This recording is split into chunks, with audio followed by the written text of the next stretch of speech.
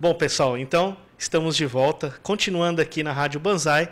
Agora nós estamos aqui com o sócio, proprietário, fundador da Rádio Banzai, Celso Liquil. Talvez alguns de vocês não conheçam, mas o Celso ele é super conhecido aí pelos ouvintes da Rádio Banzai, né? Celso, obrigado pela entrevista. Agora me diga o seguinte: como que vocês tiveram essa ideia de tudo que nós vimos lá no estúdio? Sérgio, prazer receber você aqui na nossa casa. A Rádio Banzai ela foi criada um pouco da evolução da tecnologia, né? A internet surgindo, modificando a vida das pessoas, a forma de se trabalhar.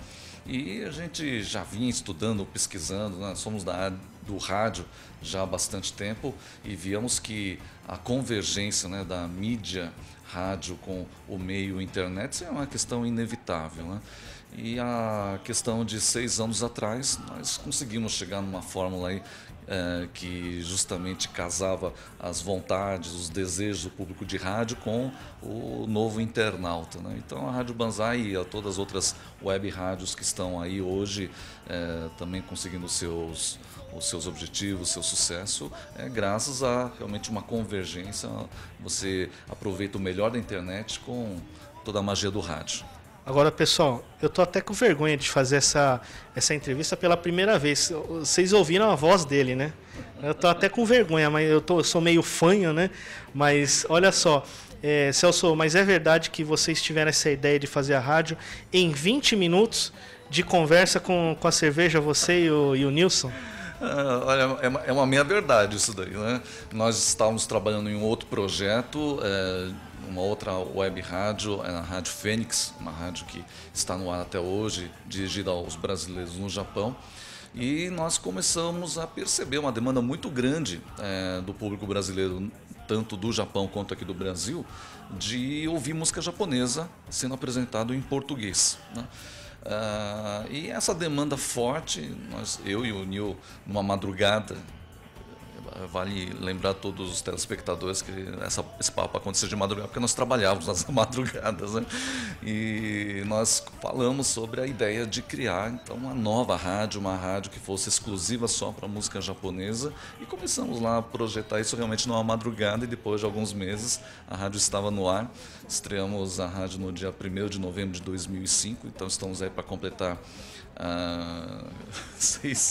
7 anos de atividade já, e graças a Deus aí nós fomos pioneiros, e até hoje o público ouvinte, o público empresarial reconhece este nosso trabalho, e estamos muito felizes com os resultados. Agora tem um dado importante que o Celso estava me contando. Quem é o seu público hoje, Celso? Eu imaginava que o seu público fosse o público Nikkei. Nós fizemos muitas pesquisas na época realmente do projeto e da elaboração. A rádio, uma rádio profissional, uma rádio comercial, ela vive de propaganda, de anunciantes para sobreviver, e em função disso nós tínhamos que ter um público maior, né? E nessa época já identificamos que a música japonesa, a música oriental, era um produto já tinha uma demanda forte entre os brasileiros de várias origens, né?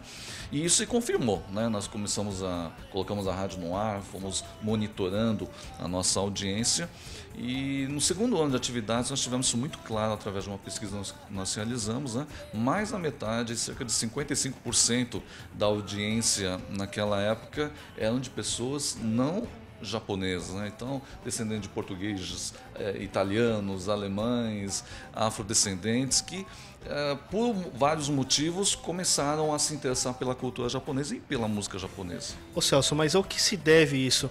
Uma pessoa que não conhece o idioma japonês, o que faz com que ela escute? Obviamente, eu acho que não é um fenômeno da rádio. Algo motiva que as pessoas escutem uma rádio com músicas orientais, né? Ao que se deve isso? Podemos dizer isso com muita tranquilidade, que a cultura japonesa acabou sendo assimilada muito fortemente pelo público brasileiro, né? Nunca se comeu tanto sushi aqui no Brasil, né? E as pessoas comem não só porque é saudável, mas porque acha gostoso. As pessoas hoje participam muito de massagem, shiatsu, tipicamente Yoga. oriental, yoga, as artes marciais, o judô, o karatê, né? Que vem com uma forte influência japonesa também.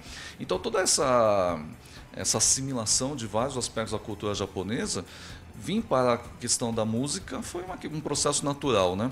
Então, isso é um dos fatores, né? Realmente os vários brasileiros de várias origens, pelo contato com os descendentes japoneses, acabaram aprendendo muita coisa da cultura japonesa e acabaram assimilando o gosto pela música japonesa. Mas fora isso, o próprio processo da internet ela ajuda muito, né? Os brasileiros começaram a descobrir as novelas japonesas, né? O brasileiro é noveleiro por natureza, né? Já vem no gênero. E as novelas japonesas recheadas de trilhas sonoras de músicas românticas, músicas pop, músicas tradicionais, né?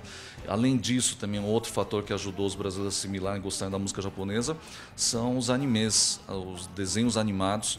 Cerca de 80% das produções infantis que são veiculadas hoje no Brasil em TV aberta, TV fechada, são de origem japonesa, e essas produções vêm com músicas, também música pop, as músicas japonesas embalando os personagens, né? É exatamente isso que eu ia perguntar para você, qual a influência dos animes, porque como vocês viram no início do programa, nós estamos aqui dentro da Yamato Corporation hoje, né? Então eu ia perguntar para o Celso qual a influência disso tudo aqui e por que disso tudo, mas ele já respondeu, né? Agora, Celso, o início da sua carreira não foi aqui na rádio, né? O que você fazia antes? Essa é uma pergunta que a gente vai ficar 3 horas para responder, né? Eu sou uma pessoa de formação bastante eclética, né? Mas eu comecei trabalhando com rádio desde moleque, né? Então eu comecei a minha vivência trabalhando em emissoras de rádio, tocando músicas americanas, brasileiras, né? E a minha vivência com a música oriental começou com o programa Rádio Nikkei, né? Bastante conhecido, inclusive pelo público de Guarulhos também. Do Paulo, né? Do Paulo Miyagi, né? Miyako Senara. Eu produzi e apresentei o programa por vários anos, né? Foi meu primeiro contato com a cultura japonesa, com a música japonesa. Aí depois disso eu fui me dedicar um pouco à minha carreira na área de marketing, né? Onde eu me desenvolvi como profissional e também como professor. Sou professor, né, do setor de marketing aqui em São Paulo, mas a rádio sempre foi uma grande paixão, e hoje eu faço uma mescla das minhas atividades, né? Dentro da minha parte acadêmica eu faço muitas pesquisas na área da internet, e essas pesquisas que ajudaram muito na concepção do que hoje é a Rádio Banzai, né? A estrutura do que é o site, como é que ele deve ser conduzido, né? Okay. O nosso público viu no primeiro bloco a operação lá da rádio com o Roberto, aquela interatividade toda, de todas as redes sociais. Celso, e eu sei, você estava me falando outro dia, como é que foi o trabalho da rádio na época em que teve aquelas tragédias no Japão com o terremoto, com o tsunami, como é que foi? Bom, o rádio ele tem uma função social, isso já desde da sua existência, né? Do seu início. A prestação de serviço é uma marca registrada de qualquer emissor de rádio. E quando aconteceu a tragédia, né, do terremoto e também depois do tsunami, houve um movimento muito natural de pessoas aqui do Brasil ligando para a rádio para divulgar nomes de parentes, de amigos com os quais perdeu o contato por causa do terremoto, e pedindo para nós anunciarmos na nossa programação para tentar obter resposta, algum sinal dessas pessoas. E ao mesmo tempo, ao contrário, pessoas do Japão entrando em contato com a nossa programação, pedindo para anunciar para os seus familiares, para os seus amigos que estava tudo bem, né? Então, tanto o pessoal do Brasil quanto o pessoal do Japão acabaram realmente utilizando a Rádio Banzai como um meio de comunicação naquele momento extremamente conturbado, né? Em que as comunicações, né, estavam extremamente complicadas, mas as pessoas lá no Japão principalmente, né, conseguiam lá subir em lugares altos, conseguiam buscar algum sinal de internet através do smartphone, entravam na nossa programação e se comunicavam, né? Então, graças a essa tecnologia que nós temos hoje, né, acabaram familiares e amigos se encontrando com mais facilidade. Ok, bom, o Celso é uma pessoa bastante ocupada, mas como é meu amigo, eu vou ocupar mais o tempinho dele aqui, mais um minutinho. Celso, fala para o nosso público, conta a historinha da carta. Pois é, lá no Japão, né, muitas pessoas foram para o Japão para trabalhar nas fábricas, seduzidas aí pelo valor dos salários, mas muitas pessoas não estavam preparadas para a vivência do que é estar num país diferente, completamente diferente, num sistema de trabalho bastante árduo, né? Então muita gente acabava se estressando a tal ponto, Sérgio, que começaram a se tornar muito agressivas. E uma vez eu recebi uma mensagem de uma pessoa muito interessante, chamava Sato. Eu não me lembro do primeiro nome dele, mas é o Sato. Tinha lá seus 50 e poucos anos, estava trabalhando há algum tempo no Japão e ele ficou muito depressivo, revoltado, não estava se adaptando e ao mesmo tempo não podia voltar para o Brasil, não tinha dinheiro para voltar para o Brasil, né? E ele chegava a bater nas pessoas, nos colegas, nas pessoas nas ruas, né? Até que um amigo lá da fábrica, um outro brasileiro, chegou para ele e falou: escuta, Sato, você precisa parar com isso. Você não pode ficar batendo nas pessoas, senão um dia você vai ser preso, você vai em cana daqui a pouco, né? E o Sato falou assim: o que você quer que eu faça então, né? Como é que eu vou mudar o meu jeito de ser? Eu não era assim não, o Japão é que me deixou desse jeito e tal, né?